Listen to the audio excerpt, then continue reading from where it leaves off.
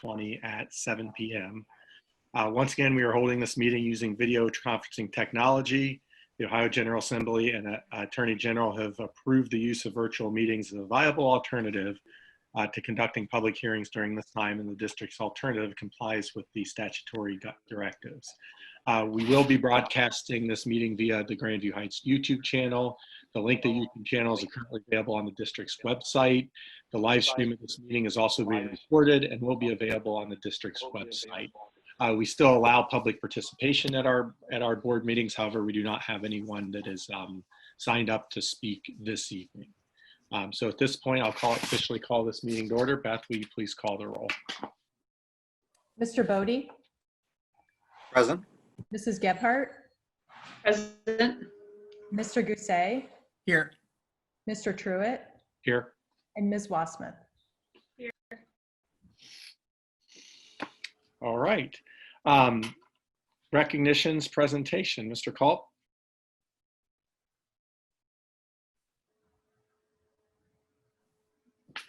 Tonight, we do have a presentation or update for construction from Jay to Dina. Chris, are you able to link Jay in? Jay, you should have the ability to unmute yourself and turn your video on now.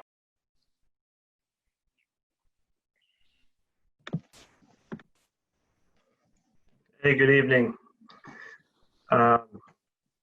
Well, thanks again for letting us be a part of your board meeting. And we're excited about the progress that we've made over the past months. From the last meeting, we were committed to seeing some structural steel being erected. Last time we got together, and you know, we've done well, and you've seen some good progress if you've been out to the Grandview Heights schools. So, you know, that's one of the key accomplishments from last month is, you know, if you've driven along Oakland, you've seen the new big trusses for the middle school gym. Other accomplishments, you know, with everything that's going on with COVID-19, we wanted to have a strong focus on student safety. So, you know, happy for the school district that they've been able to allow kids to come back to school as of yesterday. And a part of our focus for that was just to ensure that we had security set up from our construction site to separate ourselves from the school, as well as the community and their help and assistance in separating ourselves from the public as we gained a lot of traffic and activity as school comes back around. So another key accomplishment with that as well. You know, what you haven't seen is all of the underground for the new kitchen and new high school servery and middle school serveries that are a part of the addition. That work has been complete as well. And then the renovation over at Stevenson Elementary, that also completed in time for school to start as well for the elementary school. Upcoming work will be just more progression of the steel. You'll see a lot more. We're bringing it towards the Edison Middle School right now, and we'll bring it back towards Fairview, and that'll wrap up the structural steel. And as well, we have another milestone. We have our first concrete deck pour scheduled for tomorrow, actually. So that'll take place tomorrow. Trying to think, and then, you know, what might look different between now and then is as steel moves, you know, south and towards the middle school, the new middle school gym, you'll start to see walls be constructed for that as well. And that's what we're going to keep focusing on is the progression of enclosure as we get towards winter for the new middle school. As far as COVID updates, we were able to work with the electrical gear manufacturer and nail down a delivery date for our electrical gear. So we're working towards, we got that in the past week or so. So now that we have a tentative date, which will be January, that's the driver for getting new permanent power to the middle school, January 21. And so we'll just keep our eyes on that and plug that information into our overall master schedule and see what comes out of that. But we're confident that will be managed within the committed time frame for the new middle school. And that's an update for August, a little bit into September from the construction group. If there are any questions, I'd be happy to field them, or we can carry on with the meeting. Any questions for Jay or for Eric or I, who are meeting with the core team every other week at this point? So Yeah. we did something. I do have one more thing to add. I'm sorry. I'll be really quick. We wanted to engage the community and the students and sign the beam of the structural steel. So we painted one white, and we were going to have some markers together. And from social distancing and safe practices, we all decided it probably wasn't the best thing to do. But what we did do was we got some Bobcat blue, paint logos and a little motto for the project that we should see flying, if not this week, next week. So keep your eyes along Oakland for that. And I would like to add, obviously it is exciting to see that steel go up in such a large project, but perhaps more exciting in the immediate future. If you haven't driven down by Stevenson, and I encourage anybody that's watching this board meeting, it doesn't seem like much of a project, but to make the front of that building very accessible to someone in a wheelchair it's almost emotional. How neat that is, and perhaps shame on us for not doing that sooner. And I really want to thank that goes back to our financial advisory committee and our entire process. It was decided to not pursue funding to take care of the deferred maintenance issue at Stevenson, but still felt it was very, very important to tack on the middle and high school project to make that building ADA compliant. And, if you really think about this, we're at the 30-year anniversary of the passage of the American Disabilities Act, and 94 years since that building was built. And someone may have already been or soon will be the first person in a wheelchair that can access that front door. So I just want to thank the community that supported that issue, that allows that to happen. I think that's, perhaps a bigger deal than perhaps some of the bigger, flashier projects. So, to everyone that served on that committee, that's why that's done, because of those folks and their service and their commitment to doing that.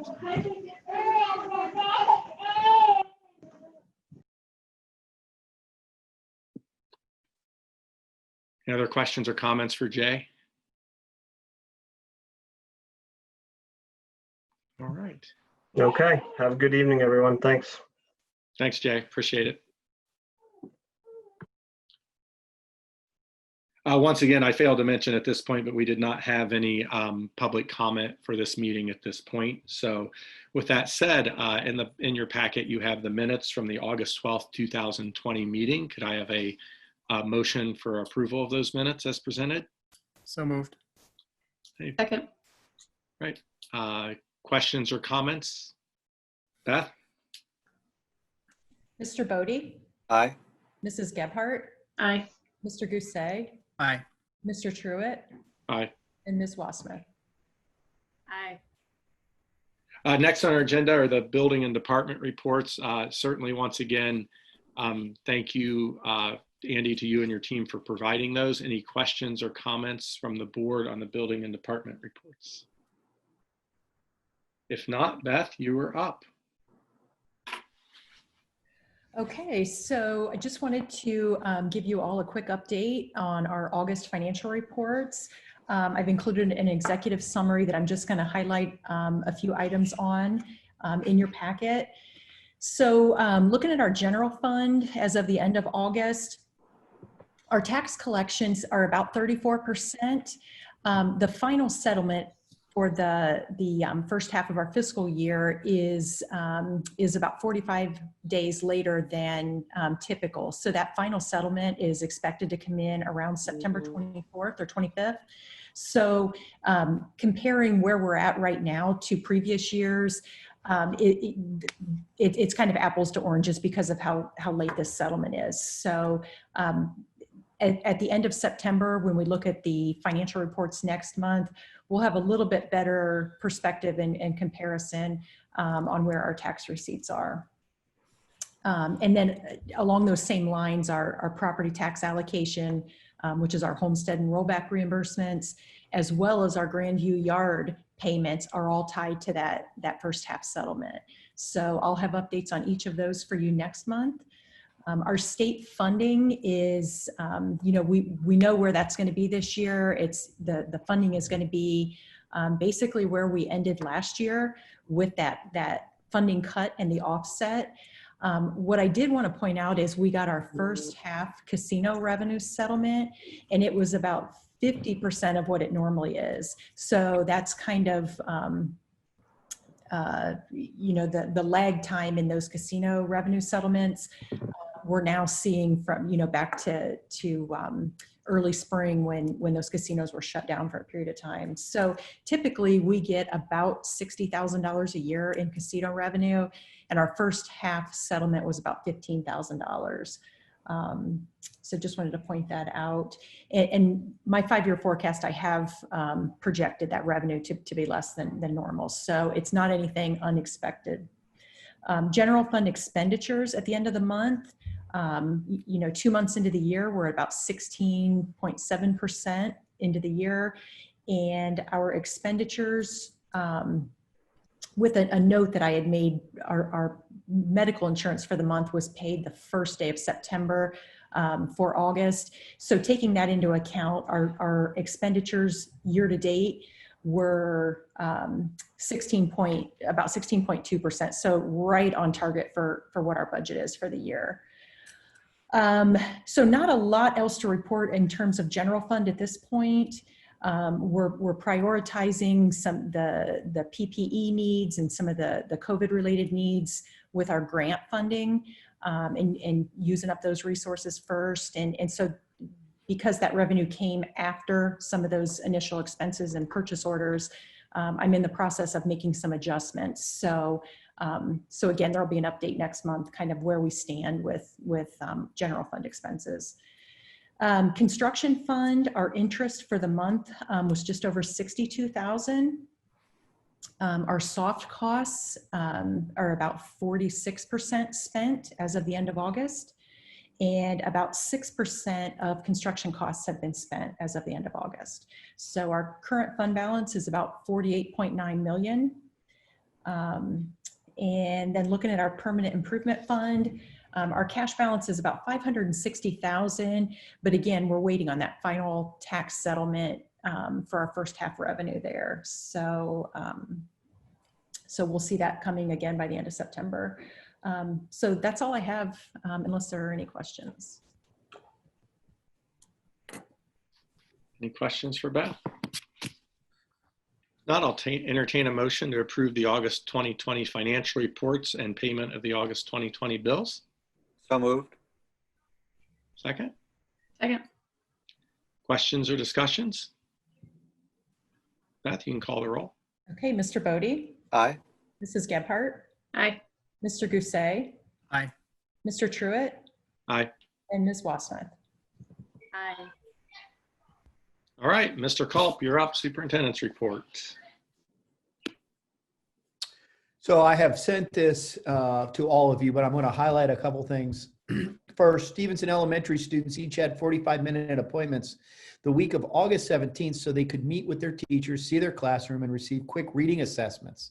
When reviewing the assessment data, 55% of first graders, 67% of second graders, and 88% of third graders met their reading benchmarks for this time of year. You know, one of the things that quickly says to me is that obviously there's a correlation between our students being in school, and the longer that they're in school, the better that they do, and the bigger impact that we've had.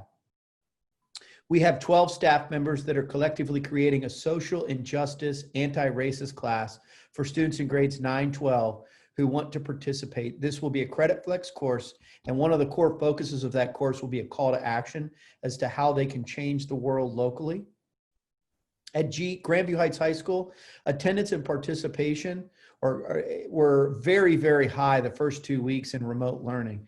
We only had a handful of students who didn't log into one or more classes, so quite remarkable. Just additionally and somewhat related, I as you know, have gotten a lot of feedback in the last many months, and by and large in the last couple weeks with respect to distance learning, I received a lot of really positive, unsolicited comments, which was pleasing to hear. Most importantly, because I think we were successful in providing a lot more structure, accountability, and rigor through our distance learning model. Albeit we've pivoted to hybrid, but that's still good news. District mental health specialist Amber Nichols provided staff opportunities for important conversations around trauma-informed and responsive care as part of our district professional development. She also was helpful in getting our keynote speaker at launch and facilitated follow-up sessions around equity, inclusivity, and just nurturing a healthy culture for all.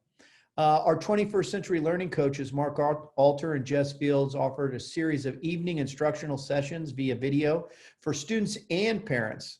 Topics included Schoology, Seesaw, WeVideo, and ClassLink, which I think was very helpful for both parents and students.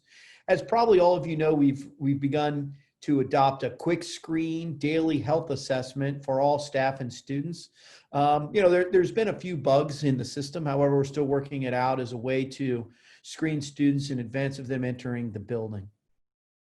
Kudos to our high school PTO for an outstanding job of rolling out the red carpet to welcome our high school students back to the building. It was really great to show up early in the morning when I got to work and there was a DJ playing and music playing, and our students had a red carpet and a balloon arch to walk through in the morning. It was really, really special and neat. So special thanks to them for organizing that.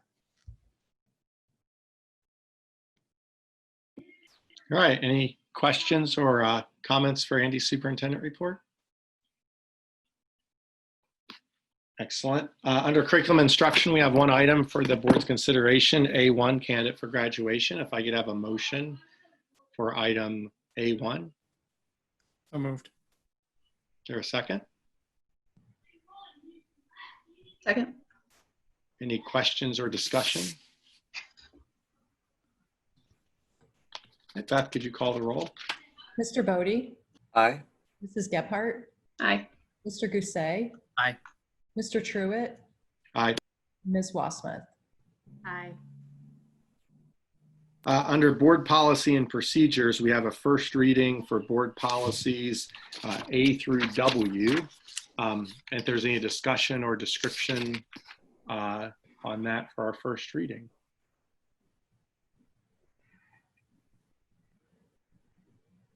Okay, if not, just a reminder, we will have those on the next regular board meeting agenda for approval. And once again, thank you, policy committee. I know that the email summaries we get of those are a lot of reasons we don't have as many questions because it's very clear. So thank you for all that work. Under business and finance, we have 12 items for consideration. If I could have a motion for C1 through 12.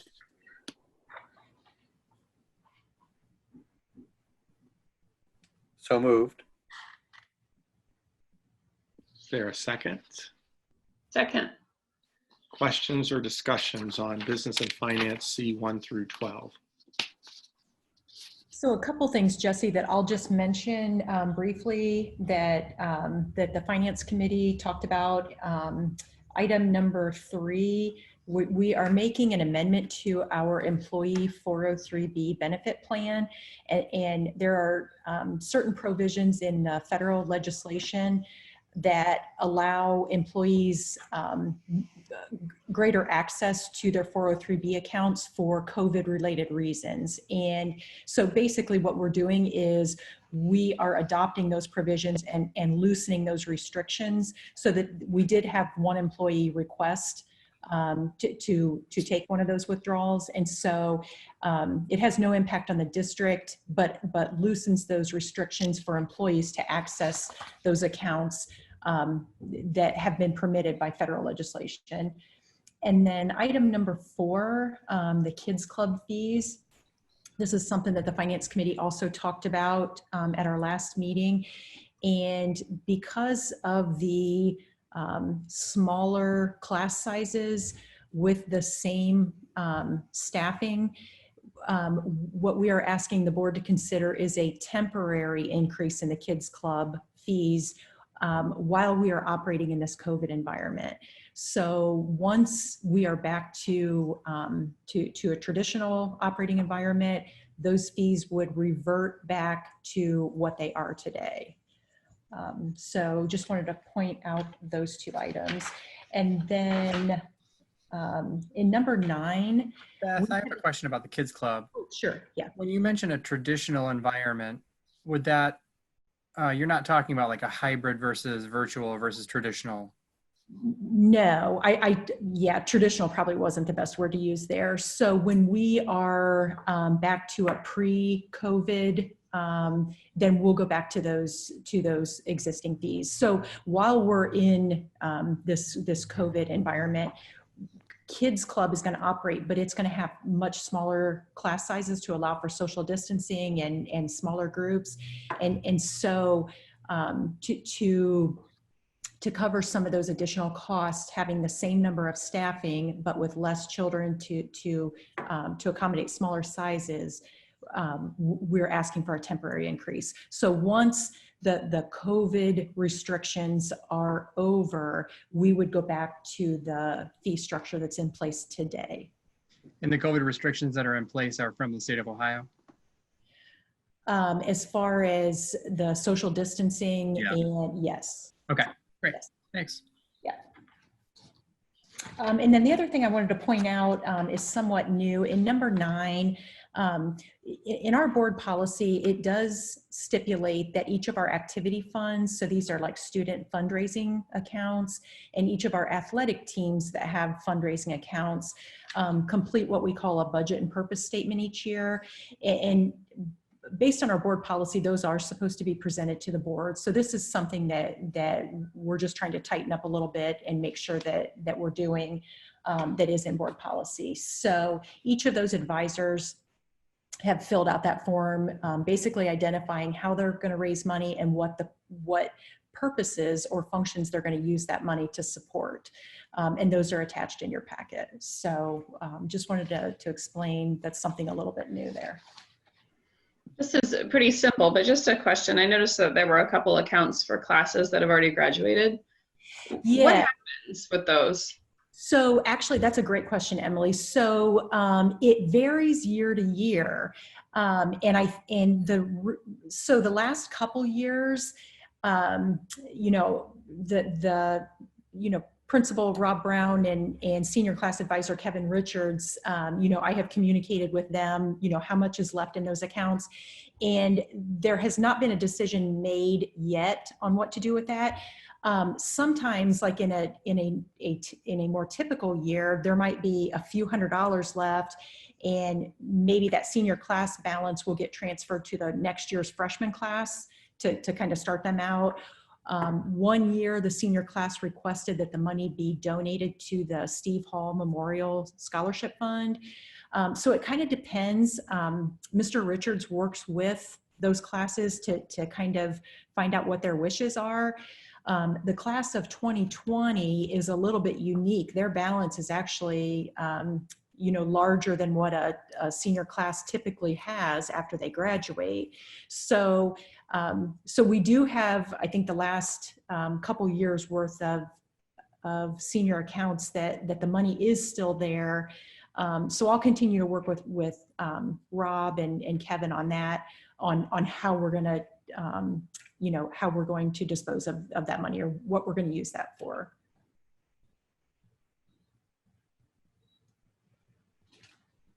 Any other questions for Beth? Beth, will you please call the roll? Mr. Bodie? Aye. Mrs. Gebhardt? Aye. Mr. Gousset? Aye. Mr. Truitt? Aye. And Ms. Wasmuth? Aye.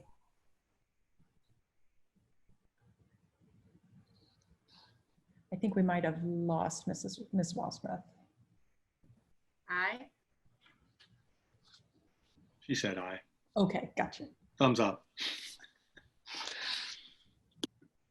All right, next on the agenda, we have a multitude of items under personnel, and then some volunteers. If I could have a motion for personnel D 1 through 18 And co-curricular and extracurricular volunteers E1 and 2. D1 through 18, E1 and 2, please. So moved. Is there a second?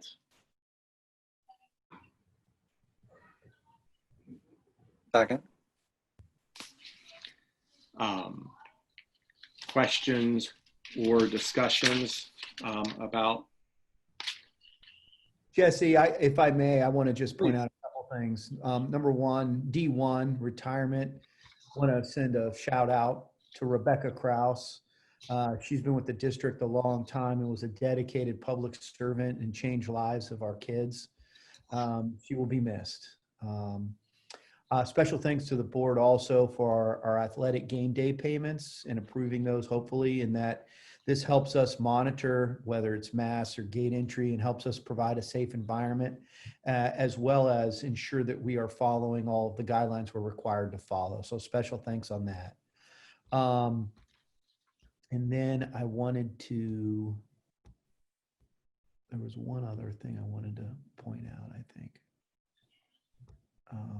Oh yeah, I also 15, you know, so Shaman is going to be a student worker, and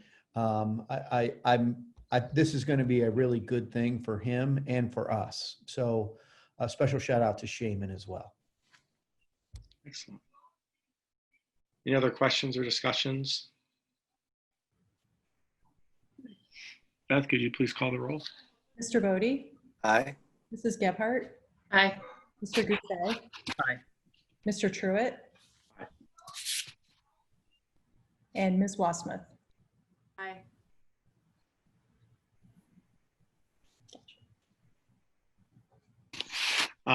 We don't have anything under 8. Do we have any items for discussion from the board at this point? If not, we are not going into executive session this evening, I believe. So if I could have a motion for adjournment. So moved. Is there a second? Second that. We're slow on the seconds tonight. Beth, please call the roll. Mr. Bodie, Aye. Mrs. Gebhardt, Aye. Mr. Goulet, Aye. Mr. Truitt, Aye. Ms. Wasmuth. Aye. Thanks, team. Okay.